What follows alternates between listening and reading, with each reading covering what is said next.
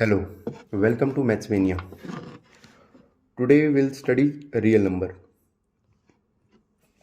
Okay so basically बेटा यहाँ पे मैथ्समेनिया का हमारा क्या टारगेट है। टारगेट हमारा ये है कि जिन बच्चों की पढ़ाई नहीं हो पाई है या जिन बच्चों ने पढ़ाई की है लेकिन थोड़े बहुत कमी रह गई है, तो हम आपको ये प्रोवाइड करवाएंगे शुरू से लेकर लास्ट तक कंप्लीट एनसीईआरटी।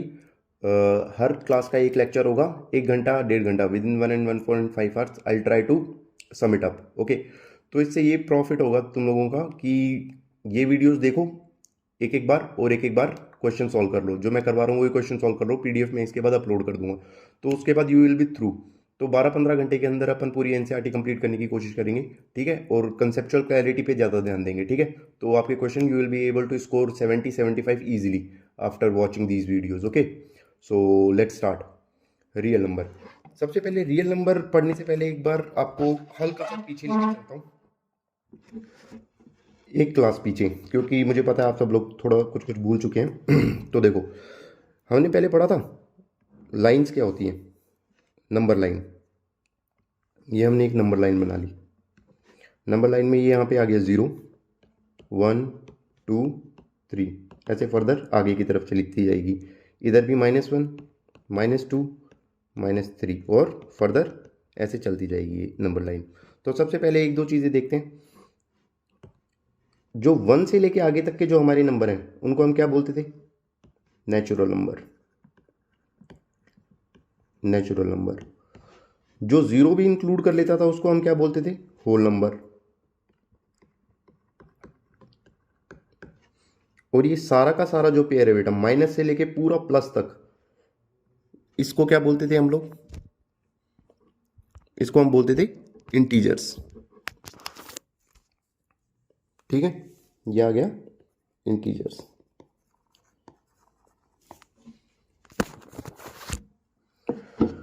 ठीक है, तो रियल नंबर पढ़ने से पहले हमें ये पता होना चाहिए कि रियल नंबर होता क्या है। इसके लिए हम ये देखते हैं कि नेचुरल नंबर हमने देख लिया। अगर मैं ये कहूँ आपको कि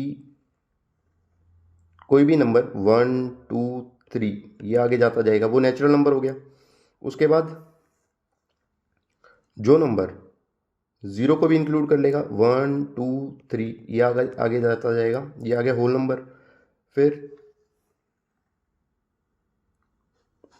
होल नंबर के बाद अपना क्या आ गया? होल नंबर के बाद वैसे सारे नंबर जो इंटीजर भी हैं, -2 -1 0 1 2, ये सब आ गए इंटीजर, ठीक है।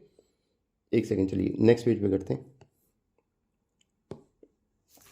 हाँ, तो हमने क्या देखा? सबसे पहले हमने दो तीन चीज़ें देखी। नेचुरल नंबर क्या है? Natural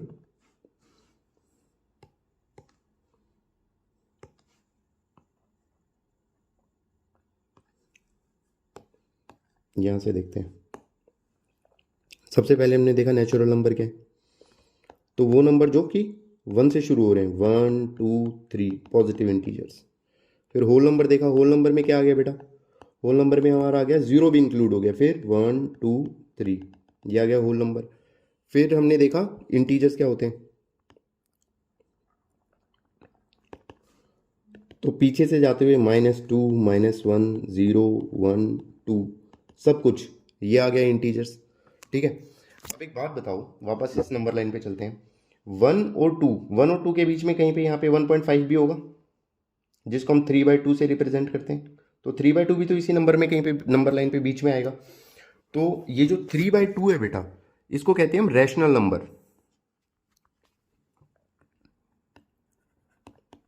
rational number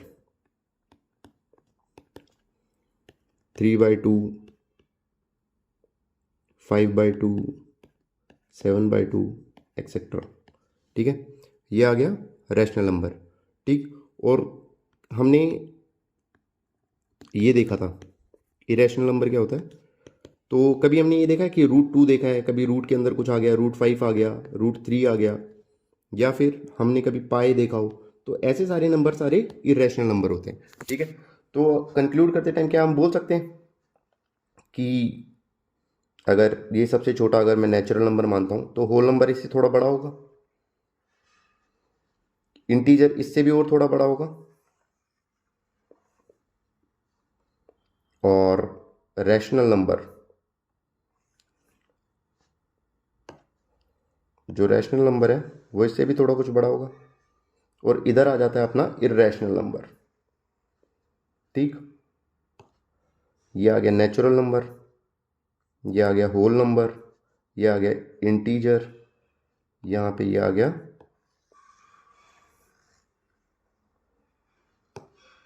rational number, और इधर आ गया इर्रेशनल नंबर। और इन सारे नंबर्स को जब हम एक साथ ले लेते हैं तो जो हमारा आता है वो आता है रियल नंबर्स।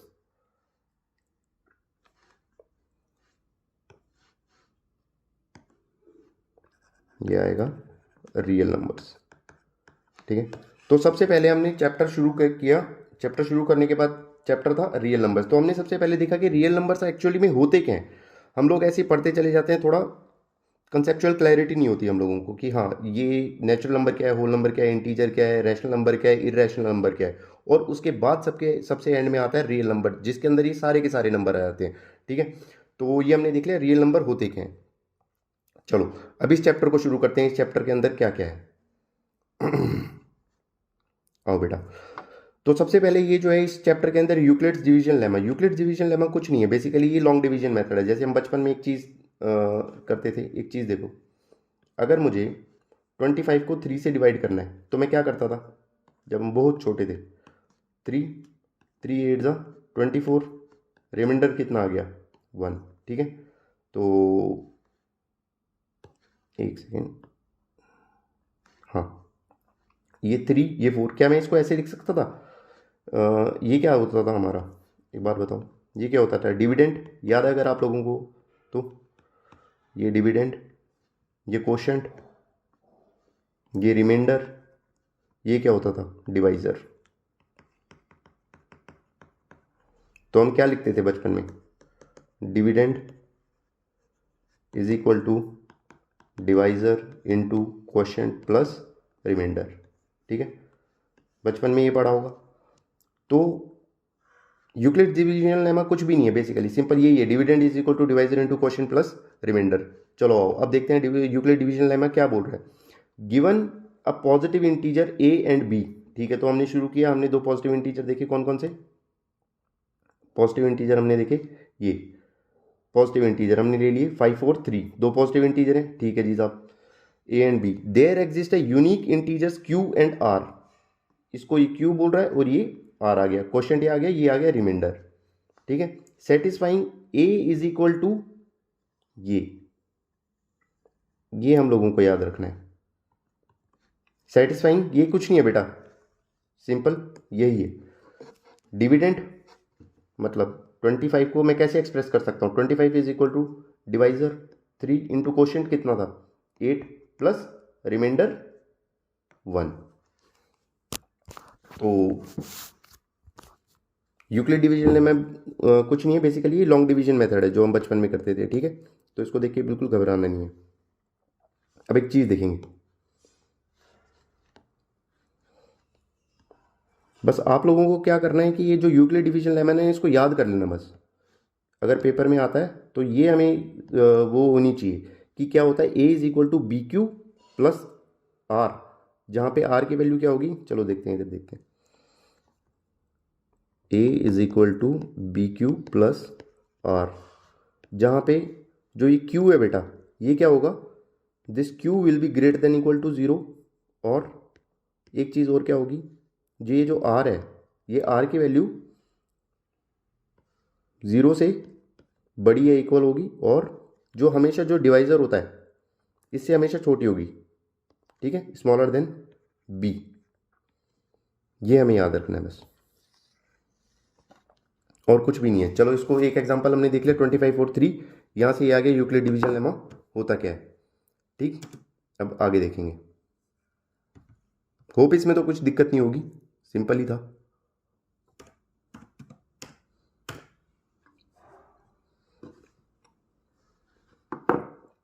ठीक है, चलो इसको चलो एक और एग्जांपल से अगर आपको समझना है तो एक बात बताओ। चलो मान लेते हैं एक और एग्जांपल ले लेते हैं। थोड़ी सी और क्लैरिटी आ जाएगी। मान लो एक नंबर है 48, अगर मुझे उसको 5 से डिवाइड करना है, ठीक है, तो इसमें बोला गया है कि given positive integers a and b, इसको मैं ए मान लेता हूँ, इसको मैं बी मान लेता हूँ। देयर एग्जिस्ट है unique integer q and r satisfying this. तो ठीक है, हम लॉन्ग डिवीजन मेथड से वही साइड में लॉन्ग डिवीजन मेथड करते हैं। तो ये आ गया 48, ये आ गया 5, 5 9 ज़ा 45, रिमाइंडर कितना आ गया 3। तो क्या मैं इसको ऐसे लिख सकता हूँ, 48 is equal to 5 into 9 plus 3। तो यहाँ से एक चीज़ देखेंगे,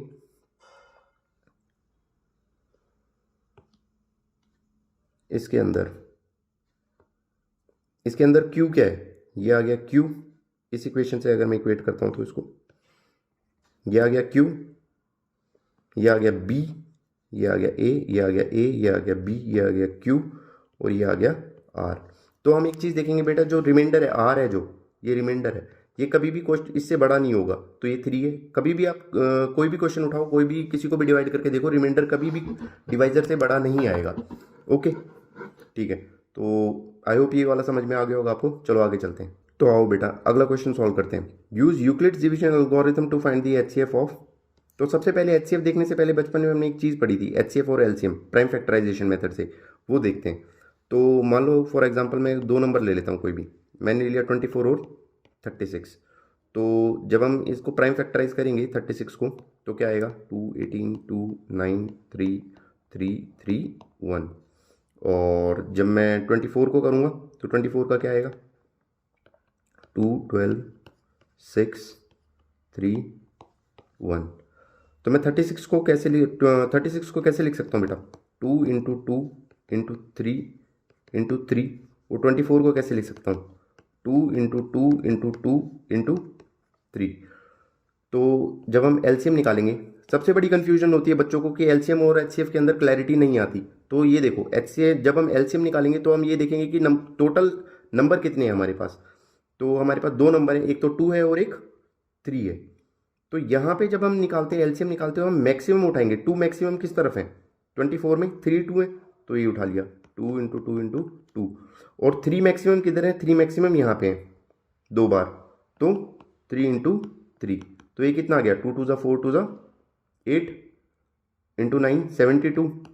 और जब हम एचसीएफ की बात करेंगे तो एचसीएफ में जो कम है वो उठाना है। तो जब एचसीएफ निकालते टाइम क्या करेंगे हम, 2 है तो 2 कम यहाँ कहाँ पे है, यहाँ पे 2, और 3 कम यहाँ कहाँ है, यहाँ पे। तो एचसीएफ क्या आ गया, 2 इंटू 2 इंटू 3, ये आ गया 12। ठीक है। तो ये जो हमने एचसीएफ एलसीएम निकाला, ये कैसे निकाला, प्राइम फैक्टराइजेशन से, प्राइम फैक्टराइजेशन से। ठीक है, ये थोड़ा सा आपको रिवीजन करवाने के लिए। लेकिन यहाँ हमें क्वेश्चन में क्या बोला है कि हमें एचसीएफ एलसीएम कैसे निकालना है, बाय यूक्लिड्स डिवीजन एल्गोरिथम। अगर आप प्राइम फैक्टराइजेशन से वहाँ पे पेपर में ये सॉल्व करके आओगे क्वेश्चन, तो आपको 0 मार्क्स मिलेंगे। क्यों, क्योंकि क्वेश्चन में स्पेसिफिकली स्पेसिफाई किया हुआ है कि यूक्लिड्स डिवीजन एल्गोरिथम से हमको इसको सॉल्व करना है। तो यूक्लिड डिवीजन एल्गोरिथम क्या है, देखो बेसिकली कुछ नहीं था, वही लॉन्ग डिवीजन मेथड। जहां पे भी कभी आपको दिखे यूक्लिड, तो दिमाग में चमकना चाहिए क्या, long division method. Long division method क्या, 36 और 24 का। तो ये आ गया 36, बड़ा वाला नंबर डिविडेंड हो गया, ये आ गया 24। तो कर लो, 24 1 ज़ा 24, रिमाइंडर आ गया 12। ठीक है, तो क्या मैं 36 को ऐसे लिख सकता हूँ, 36 is equal to 24 into 1 plus 12, dividend is equal to divisor into question plus remainder. ठीक है, हमें एचसीएफ निकालना है, मतलब हमें रिमाइंडर को 0 करना है। ये प्रोसेस हम तब तक, ये वाला प्रोसेस हम तब तक फॉरवर्ड करते रहेंगे जब तक हमारा रिमाइंडर 0 ना आ जाए, ये रिमाइंडर 0 ना आ जाए। अब अगले टर्म में जब हम चलेंगे, अगले स्टेप में, तो क्या होगा, ये 24 हमारा डिविडेंड बन जाएगा, ये हमारा डिवाइजर बन जाएगा। तो 24 is equal to 12 into 2 plus 0। ठीक है, तो जो हमारा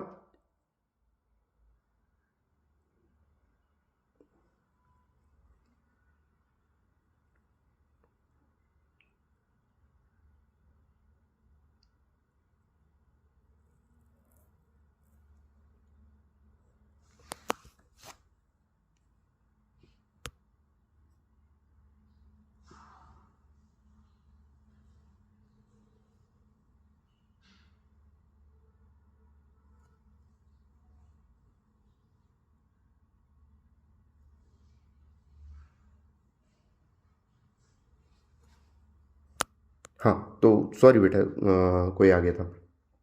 ठीक है, तो ये हमने क्या सॉल्व किया, 24 is equal to 12 into 2 plus 0। तो ये जो हमारा 12 है, यहाँ पे जो होगा वो हमारा HCF आ जाएगा। तो इसको कैसे लिखेंगे, यहाँ पे ये हमारा क्या आ जाएगा, HCF। तो यूक्लिड डिवीजन लेमा से अगर हमें कभी भी क्वेश्चन को सॉल्व करने के लिए बोले तो दिमाग में सबसे पहले आना चाहिए dividend is equal to divisor into question plus remainder. तो दो नंबर जो हमें दिए हुए थे, कौन से नंबर थे, 24 और 36। तो हमने क्या किया, 36 को यहाँ पे लेके आए, इसको लॉन्ग डिवीजन में किया, ये फर्स्ट स्टेप आ गया।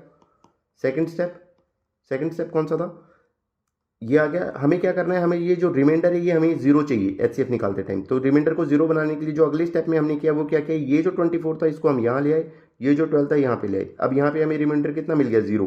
तो जैसे ही रिमाइंडर जीरो मिलेगा तो ये वाली जो टर्म है, जो तुम्हारा डिवाइजर आएगा उस टाइम पे, वो तुम्हारा क्या आ जाएगा, HCF। ठीक है, यहाँ पे भी हमने HCF 12 निकाला था। ठीक है, तो ये आपको समझाने के लिए अब एक क्वेश्चन उठाते हैं। इन तीनों में से आपको मैं सबसे टफ वाला करवा देता हूँ, बाकी दोनों आप कर दीजिएगा। ठीक है, तो अगला क्वेश्चन हम जो क्वेश्चन है वो हम ये वाला उठाते हैं, देखते हैं कैसे होगा।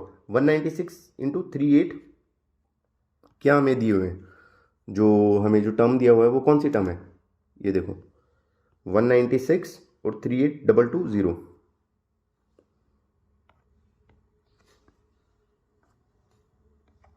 एंड 38220। तो कुछ नहीं करना, सिंपल वही लॉन्ग डिवीजन मेथड।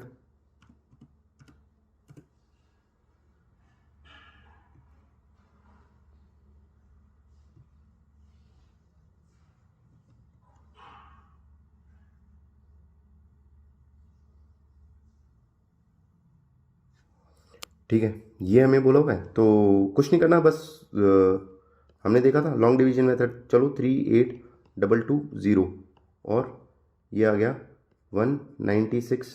तो करेंगे, चलो 196।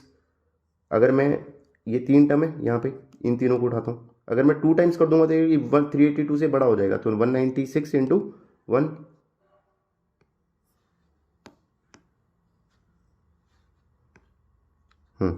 इधर देखेंगे तो 196 इंटू 1, यहाँ पे कितना आ गया 196। इसको माइनस कर दो,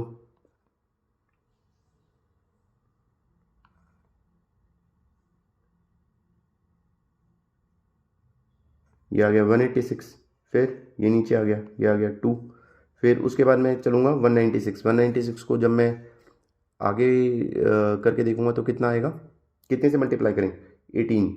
तो अगर मैं 10 टाइम इसको मल्टीप्लाई करूंगा तो ये कितना आ जाएगा 1960। तो ये 1862 से बड़ा आ जाएगा। तो मेरे को 10 टाइम्स नहीं करना, मेरे को इससे कम डिवाइड करना है। तो चलो ठीक है, फिर मैं इसको 9 से मल्टीप्लाई करके देखता हूँ। तो 196 इंटू 9, 9 6 54, 4 कैरी 4, 9 9 81 और 4 5,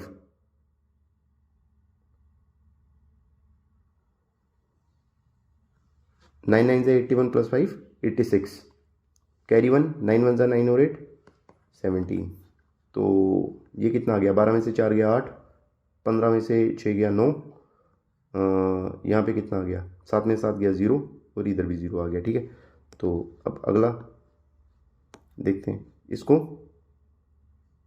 अब इसको यहाँ पे ले आते हैं 0 को। ठीक है, तो अब अगर मैं इसको 5 से करता हूँ तो देखते हैं, 6 5 30, 0 कैरी 3, ये 980 आ गया। यहाँ पे हमारा रिमाइंडर आ गया 0। तो हमें कुछ नहीं करना, बेसिकली जो लॉन्ग डिवीजन मेथड से जो हमने किया था 3 स्टेप में करते चलेंगे। ऐसे तो हमने अपनी अंडरस्टैंडिंग के लिए किया, लेकिन पेपर में अगर ऐसे करोगे तो मार्क्स बिल्कुल नहीं मिलेंगे। मार्क्स कैसे मिलेंगे, वैसे मिलेंगे। सबसे पहले क्या दिया हुआ था मुझे, 38220 is equal to 196। First step 1 ये वाला, यहाँ तक ये आ गया स्टेप 1। कैसे लिखा मैंने, 196 प्लस 196 इंटू, हाँ इसको मैं लिख सकता हूँ ना, 38220 is equal to 196 into 195 plus 0। तो हमने क्या बोला था, ऐसे केस में कभी भी हमारा जो डिवाइजर आएगा, जो ये होता है, ये हमारा क्या हो जाता है, HCF। तो यहाँ पे हम लिख सकते हैं by Euclid's division lemma, by Euclid's division lemma lemma HCF of 196 and 38220 is 196 answer. ठीक है, इस तरीके से हमें पेपर में करना है, तब हमें मार्क्स मिलेंगे। ये हमारी अंडरस्टैंडिंग के लिए है। ठीक है, पेपर में कभी सॉल्व करना तो कभी भी यूक्लिड डिवीजन लेमा आपको दिखता है तो go for long division. Okay, चलो बेटा नेक्स्ट क्वेश्चन करते हैं। Show that any positive odd integer is of the form 6q + 1 6q + 3 6q + 5 where q is some integer. ठीक है, तो देखते हैं एनी पॉजिटिव ऑड इंटीजर। ये देखो, पहले मैं आपको एग्जांपल ले लेता हूँ, छोटे छोटे 2-3 नंबर ले लेते हैं। सबसे पहले एक ऑड इंटीजर ले लेते हैं, 3 5 और 7 ले लेते हैं। चलो, तो क्या मैं 3 को ऐसे लिख सकता हूँ 6 × 0 + 3। 5 को ऐसे लिख सकता हूँ 6 × 0 + 5 और 7 को ऐसे लिख सकता हूँ 6 × 1 + 1। तो आप ये चीज़ देखोगे, ये वाली तीनों फॉर्म यहीं पे आ गई। 6q + 1 ये यहाँ आ गया, 6q + 3 ये यहाँ आ गया और 6q + 5 ये यहाँ आ गया। ठीक है, ये हमारी अंडरस्टैंडिंग के लिए। लेकिन पेपर में हमें कैसे करना है, जब हमें मार्क्स मिलेंगे। तो ठीक है, आओ देखो कैसे करते हैं।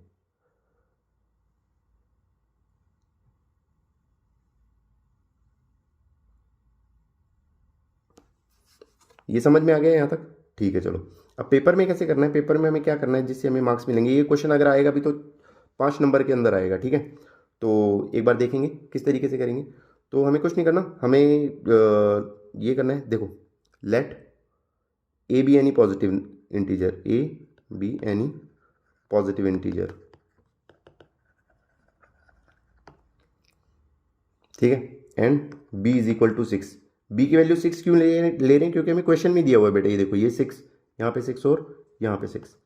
ठीक है, तो मैं किसी भी पॉजिटिव इंटीजर को इस तरीके से लिख सकता हूँ। अब मैं इसको ऐसे लिख सकता हूँ, हमने पहले पढ़ा था, ये देखो यहाँ पे हमने पढ़ा था कि dividend is equal to divisor. ये वाली थ्योरम मैं यूज़ करके, dividend is equal to divisor into quotient plus remainder, theorem 1.1 use करते हुए हम इसको सॉल्व करते हैं। तो ये देखो यहाँ पे लिख देना यूजिंग, ये आ गया। अब किसी भी पॉजिटिव इंटीजर है अगर ए, तो इसको हम कैसे लिख सकते हैं 6q + r। और हमने वहाँ पे क्या देखा था बेटा, जो आर रिमाइंडर होता है हमारा वो greater than is equal to 0 and always less than is divisor that is 6। तो यहाँ पे हमें हमारी आर कितनी वैल्यू ले सकता है, ये देखो हमारी आर क्या क्या वैल्यू ले सकता है। 0 ले सकता है, 1 ले सकता है, 2 ले सकता है, 3 ले सकता है, 4 ले सकता है, 5 ले सकता है, 6 नहीं लेगा। ठीक है, तो रिमाइंडर की हमारी ये वैल्यूज आ गई। ठीक, तो चलो हम इसको सॉल्व करते हुए चलते हैं। अभी हमें कौन कौन सी फॉर्म बोली है, 6q + 1 फॉर्म बोली है, 6q + 1 फॉर्म। तो मैं यहाँ पे रिमाइंडर को अगर 1 लेता हूँ तो मेरी ए की वैल्यू क्या आ जाएगी, ए की वैल्यू आ जाएगी 6q + 1। क्या मैं इसको इस तरीके से रिप्रेजेंट कर सकता हूँ, इसको मैं ऐसे लिख सकता हूँ 2 × 3 2 × 3q + 1। और इस 3q को क्या मैं बोल सकता हूँ, इस 3q को a1 बोल दिया मैंने, a1 + 1। ठीक, ऐसे ही जब मेरा रिमाइंडर, ये मैंने ये वाला सॉल्व किया। ठीक है, फर्स्ट वाला 6q + 1। अब मुझे लेके आने 6q + 3 की फॉर्म।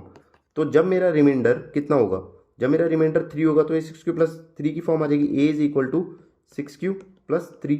इसको क्या मैं लिख सकता हूँ 2 × 3q + 3। इसको अगर मैं b1 मान लूँ 2b1 + 3।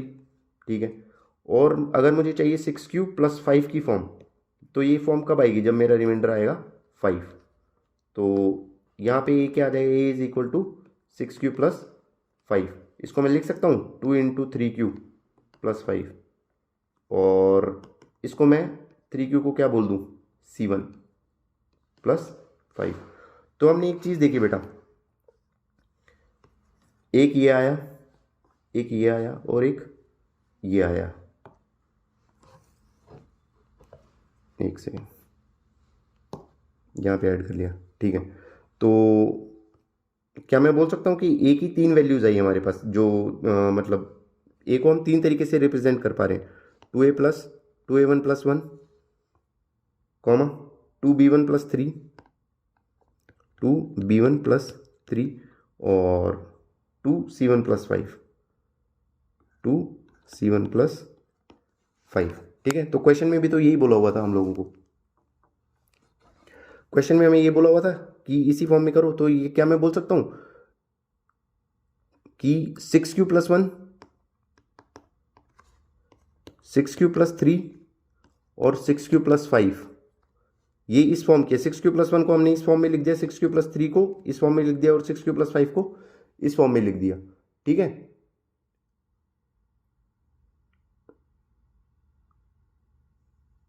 हाँ, तो क्या मैं बोल सकता हूँ यहाँ पे कि ये जो है ये 6q+1 जो कि आ गया 2a1+1, तो ये a1 है। तो क्या ये जो टर्म है ये 2 से डिविजिबल है? नहीं है बेटा। क्यों? क्योंकि रिमाइंडर यहाँ पे 1 बच रहा है। सिमिलरली 6q+3, ये 2b1+3, ये भी 2 से डिविजिबल नहीं है।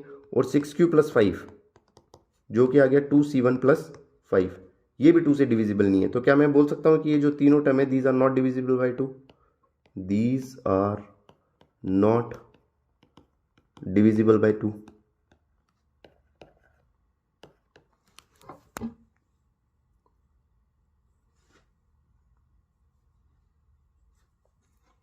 So therefore 6q+1, 6q+3, 6q+5 is an odd number। ठीक है, बोल सकते हैं सर आर ऑड नंबर्स। ठीक है, तो क्वेश्चन में मैं कुछ क्या बोला था? क्वेश्चन में मैं ये बोला था कि show that any positive odd integer is of the form 6q+1, 6q+3, 6q+5। तो हमने क्या क्या लिया? हमने 6q+1 उठाया, 6q+3 उठाया और 6q+5 उठाया। ठीक है, और हमने लास्ट में आके इनको ये प्रूव कर दिया है कि ये सारे के 6q+1, 6q+3, 6q+5 ये 2 से डिविजिबल नहीं है, therefore these are odd numbers. बस इस तरीके से हमने प्रूव कर दिया। ये था हमारा समझने के लिए बेटा। ठीक है, समझेंगे ऐसे। पेपर में अगर हमें मार्क्स चाहिए तो इस तरीके से करना पड़ेगा। ये 5 नंबर का क्वेश्चन आएगा, तो इसको एक बार कॉपी में प्रैक्टिस कर लीजिएगा। ठीक है, थोड़ा टफ है। मैं आपको बता दूं कि 10th क्लास में सबसे जो टफ चैप्टर है वो इंटीजर्स है। ठीक है, इस चैप्टर को पे आपकी कमांड होगी, फिर आगे के चैप्टर्स बहुत ईजी लगेंगे आपको। ठीक है, सबसे टफ चैप्टर है ये 10th क्लास का। चलो अगला क्वेश्चन करते हैं। ठीक है, तो चलो बच्चों अगला क्वेश्चन देखते हैं। देखो, an army contingent of 616 members is to march behind an army event of 32 members. ठीक है, तो in a parade the two groups are to march in the same number of columns, what is the maximum number of columns in which they can march. तो simple है, इसमें कुछ नहीं करना है। इसमें हम लोगों को क्या करना है? HCF निकालना है। किस किस का? 32 और 616 का। तो अभी मैंने आपको पहले बताया कि HCF निकालने के 2 तरीके, एक तो प्राइम फैक्टराइजेशन जो हम छोटी क्लास में करते थे, लेकिन अब हम बड़ी क्लास में आ गए, तो हमें मार्क्स कैसे मिलेंगे? जब हम यूक्लिड डिवीजन लेमा से करेंगे। कैसे करेंगे? यूक्लिड्स मेथड से करेंगे। ठीक है, और ये कौन सा मेथड था? कुछ नहीं है, ये तो सिंपल लॉन्ग डिवीजन है। ठीक है, तो चलो आओ देखेंगे। लॉन्ग डिवीजन करो इसको। ये 616 आ गया, यहाँ पे कितना आ गया? 32 आ गया। अब क्या करेंगे? 32 1 जा 32, तो ये कितना आ गया? 29, ये आ गया। 6 कैरी फॉरवर्ड ले लिया हमने, फिर 9 से कर दिया मल्टीप्लाई, ये कितना आ गया? 288 आ गया। तो इसको जब मैं करता हूँ तो ये कितना आ गया? 8 आ गया। अब ये 8 आ गया। हमने क्या बोला था? HCF निकालने के लिए क्या होगा? रिमाइंडर को 0 करना पड़ेगा। अब नेक्स्ट स्टेप में क्या करेंगे? ये जो 8 है ये हमारा डिवाइजर बन जाएगा। जो ये डिवाइजर था, ये वाला जो डिवाइजर है, ये क्वेश्चन बन जाएगा 32। अब कितना करेंगे? 8 4 जा 32। जब तक रिमाइंडर 0 नहीं आ जाता तब तक हमें इसको चलाते रहना है। तो फाइनली 2 स्टेप में क्वेश्चन हुआ, स्टेप नंबर 1 और स्टेप नंबर 2। तो अब यहाँ से हम इसको यूक्लिड डिवीजन लेमा के फॉर्म में लिख देते हैं। तो क्या मैं लिख सकता हूँ? 616 is equal to 32 into 19 plus 8। ठीक है, फिर अगले स्टेप में मैंने आपको क्या बोला था? इस 32 को किधर ले आओ? इस 32 को ले आओ यहाँ पे। 32 को मैं कैसे लिख सकता हूँ? यहाँ से देखूँ, यहाँ से देखेंगे। 32 is equal to 8 into 4 plus 0। तो जब रिमाइंडर हमारा 0 आ गया तो मैंने आपको पीछे अभी बताया था कि जो डिवाइजर है वो हमारा HCF बन जाता है। तो HCF कितना आ गया? HCF आ गया 8। तो यहाँ पे हमें क्या पूछा क्वेश्चन में हमें पूछा मैक्सिमम नंबर ऑफ कॉलम्स। तो हमारा जो मैक्सिमम नंबर ऑफ कॉलम्स है वो कितना आ गया बेटा, 8 आ गया।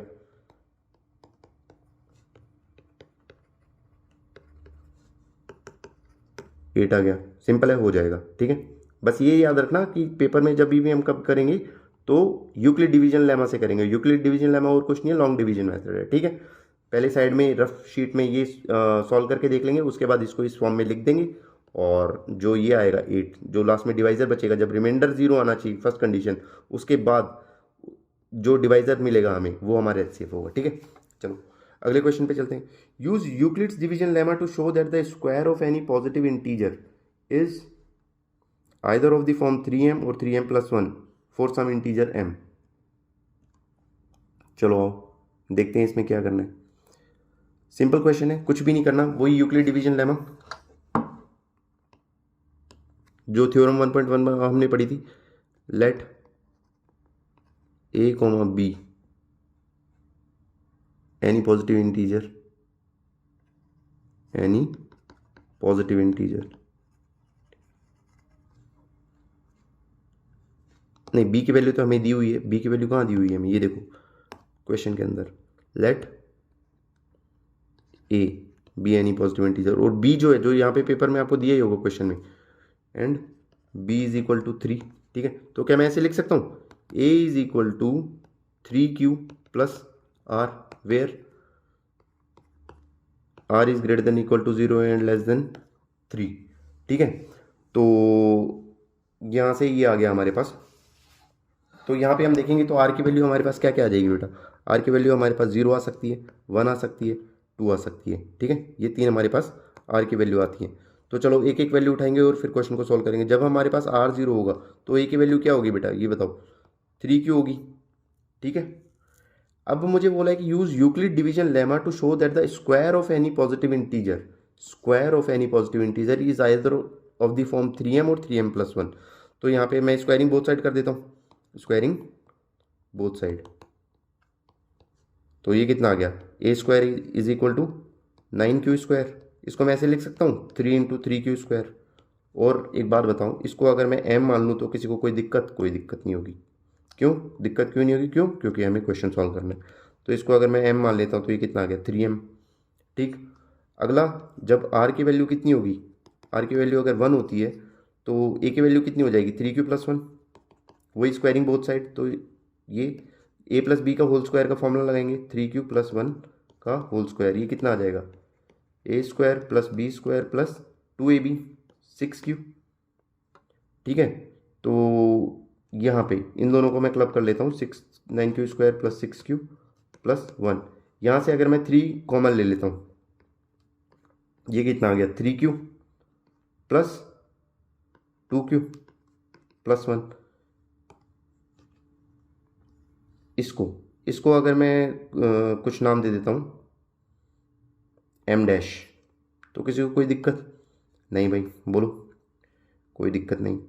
तो ये कितना आ गया, 3m' प्लस 1। ठीक है, अगला हम देखेंगे जब r की वैल्यू कितनी होगी,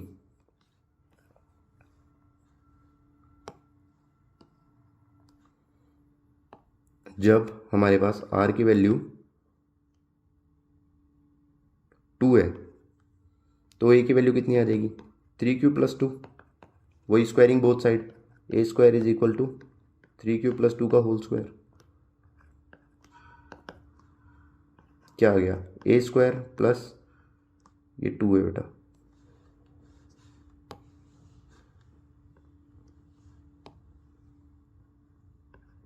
a² plus b² plus 2ab। तो 3 2 ज़ा 6 2 ज़ा 12q। इसको अरेंज करके लिखो, 9q² प्लस 12q प्लस 4। तो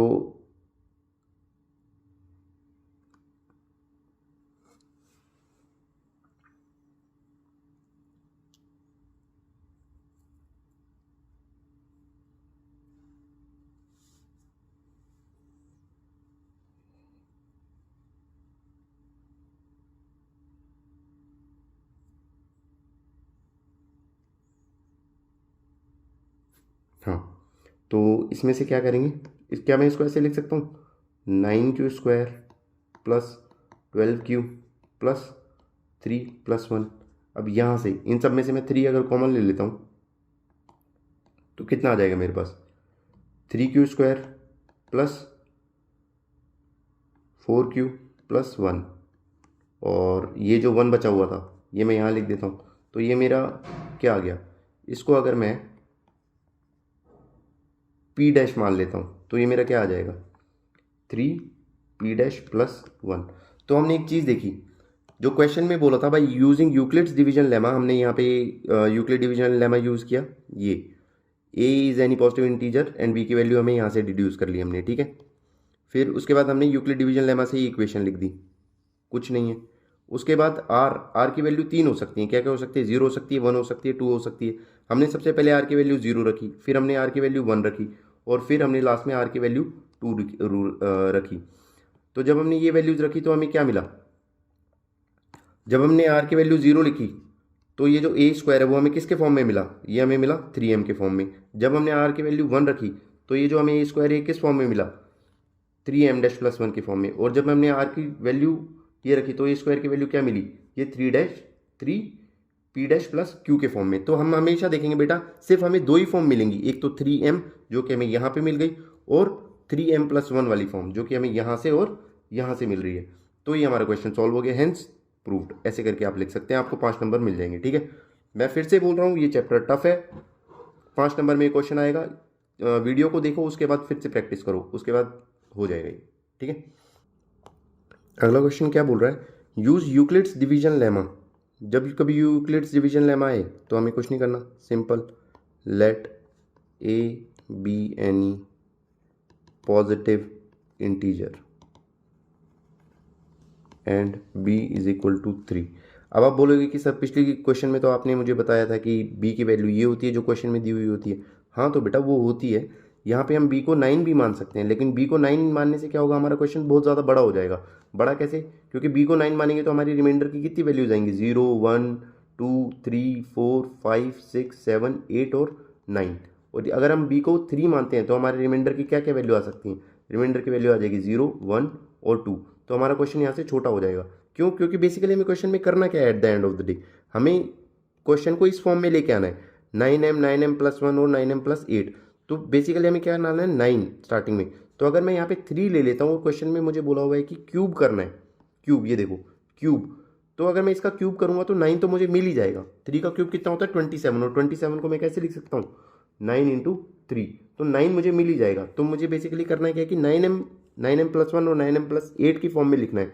ले हम 9 भी सकते हैं b की वैल्यू, लेकिन हम लेंगे कितनी 3, क्यों, क्योंकि हमारा क्वेश्चन छोटा हो जाए इस वजह से, ठीक है। चलो इसलिए हमने b की वैल्यू 3 ले ली। तो यहाँ पे देखो बेटा, यहाँ पे क्या आ जाएगा, a is equal to 3q plus r where r is greater than equal to 0 and less than 3। तो r की वैल्यू हमारे पास क्या क्या आ सकती हैं, 3 वैल्यू आ सकती हैं, 0 आ सकती है, 1 आ सकती है, 2 आ सकती है, ठीक है। तो हर एक के लिए करना चालू करते हैं। जैसे मान लो r की वैल्यू जब 0 होगी तो हमारी a की वैल्यू कितनी आ जाएगी बेटा, 3q आ जाएगी, ठीक है। अब हमें बोला क्या कि क्यूब निकालना है, तो क्यूब कर दो, क्यूबिंग बोथ साइड, दोनों तरफ क्यूब कर देंगे तो ये कितना आ जाएगा, a³ is equal to 27q³।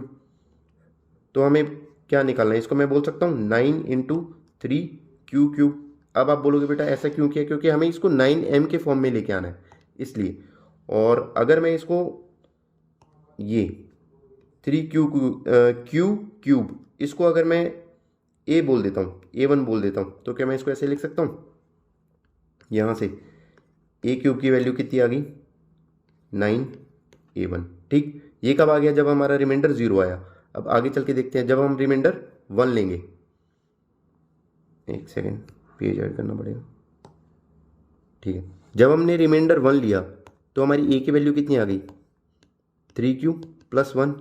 अब मैं क्यूबिंग बोथ साइड करता हूँ अगर, तो कितना आ जाएगा, a³ इज इक्वल टू, ये हमने बचपन में पढ़ा था, आइडेंटिटी क्या थी, बोलो भूल तो नहीं गई, a प्लस b का होल क्यूब। तो ये कितना आ जाएगा, a³ मतलब 27q³ plus b³ plus 3a² b, तो 27 प्लस 3ab²। 9 क्यूब। ठीक है, ये होपफुली समझ में आ गया होगा। ऐसे किया है ए प्लस बी का होल क्यूब, ये वाली आइडेंटिटी लगाई है, a cube plus b cube plus 3a² b plus 3ab square. ठीक है, यहाँ से हमने ये सॉल्व किया। अब हमें करना क्या है, हमें इसको किस फॉर्म में लेके आना है, इधर वापस चलेंगे, हमें इसको 9m+1 की फॉर्म में लेके आना है।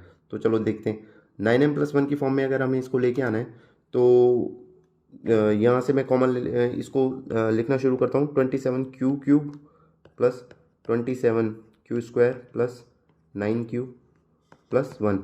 इस सब में से बेटा अगर मैं 9 कॉमन ले लेता हूँ तो ये कितना आ जाएगा, 3q³ plus 3q² plus q plus 1।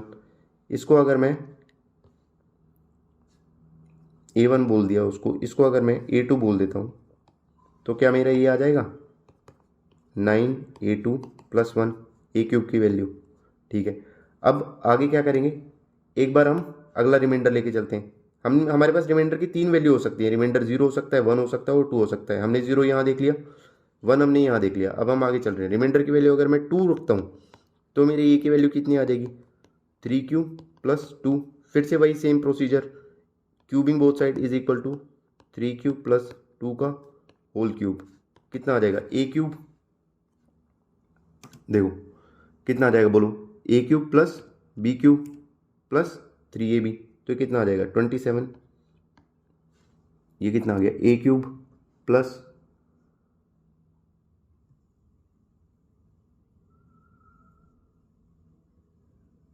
हाँ a³ plus b³ plus 3a²b, तो 3a²b तो 54q² प्लस 3ab², ये आ गया 36q। ठीक है, अब मुझे इसको किस फॉर्म में लेके जाना है, शुरू में क्वेश्चन में देखेंगे 9m प्लस, ये देखो इधर 9m प्लस 8 की फॉर्म में लिखना है। तो 9m अगर 9m प्लस 8 की फॉर्म में लिखना है तो इसको मैं फिर से अरेंज करता हूँ, 27q³ plus 54q² plus 36q plus 8। यहाँ से इन सब में से अगर मैं 9 कॉमन ले लेता हूँ तो कितना आ जाएगा, 3q² plus 6q² plus 4q plus 8। और बेटा वही अगर मैं इसको a3 बोल देता हूँ इसको, तो क्या ये आ गया 9a3 प्लस 8a³। ठीक है, तो शुरू से देखते हैं बेटा क्या किया हमने इस क्वेश्चन में।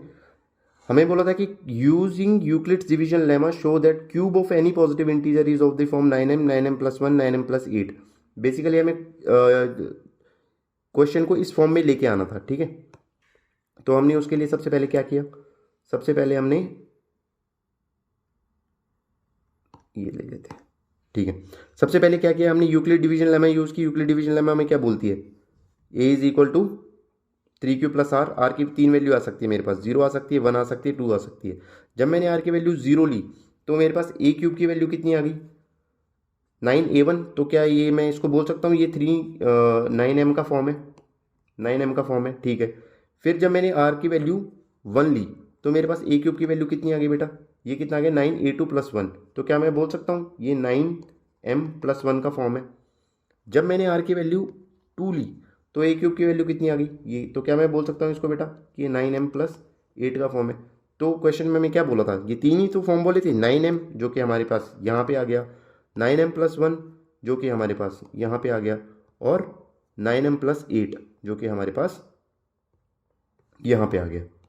ठीक है, तो ठीक है, ये क्लास अभी बड़ी हो गई काफ़ी, इसको अभी ख़त्म करते हैं, आगे का चैप्टर अगली क्लास में करेंगे। ठीक है, तो मैं आपको PDF शेयर कर देता हूँ, और एक बार ये वीडियो देख के ये PDF के क्वेश्चन एक बार लगा दीजिए, बस यू विल बी थ्रू। ठीक है, मैं फिर से बोल रहा हूँ ये सबसे टफेस्ट चैप्टर है, ये वाला चैप्टर होने के बाद बाकी सारे चैप्टर आपको मक्खन लगेंगे। ठीक है, तो ये करते हैं, और ये इंपॉर्टेंट क्वेश्चन है बेटा, डायरेक्ट आते हैं।